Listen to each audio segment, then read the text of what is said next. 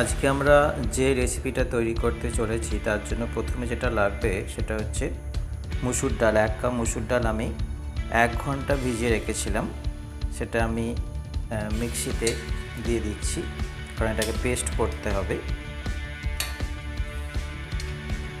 এটা দেওয়ার পর চালের গুঁড়ো এতে আমি দিয়ে দেব। চালের গুঁড়ো দিয়ে দিলাম, 3 হাতা মতো দিলাম।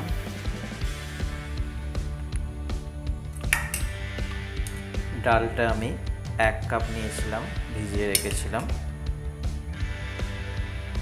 এরপর এতে আমি ধনেপাতা দিচ্ছি, টমেটো কুচি দিলাম, আদার কুচি দিলাম, কাঁচা লঙ্কা দিলাম। দিয়ে এটাকে আস্তে আস্তে পেস্ট করে নিতে হবে মিক্সিতে।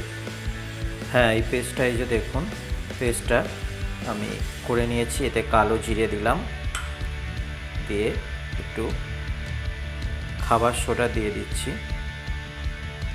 সামান্য পরিমাণ।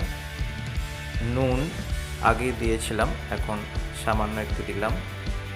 হলুদ দিয়ে দিচ্ছি, সেটাও সামান্য পরিমাণে দিতে হবে। কালো জিরে দিলে দেখতে ভালো লাগে বলে দিয়েছি।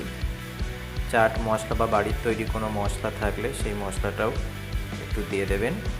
আর সামান্য পরিমাণে চিনি, হাফ চামচ মতো চিনি দিয়ে ভালো করে মিক্সড করে নিতে হবে।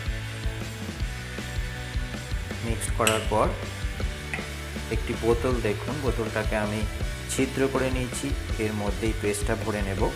নিয়ে কড়াইয়ে তেল গরম করে তার মধ্যে আস্তে আস্তে সেটা দিতে থাকবো ছোট ছোট করে।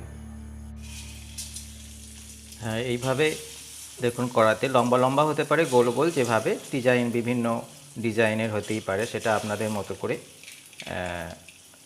যেমন দেখতে সুন্দর লাগবে আর কি, সেইভাবে দিয়ে একটু লালচে করে ভাজতে হবে। ভাজাটা আমি দেখাচ্ছি, ভাজার পর কেমন দেখতে লাগছে। এই যে এটা ভাতের সঙ্গে খাওয়া যাবে মুখরোচক হিসাবে। আজকে আমাদের যে রেসিপিটা তৈরি হলো মুসুর ডাল দিয়ে। আর এই পেস্টটার মধ্যে আমি শেষে একটুখানি পোস্ত মিশিয়ে দিয়েছি, দিতেও পারেন নাও দিতে পারেন।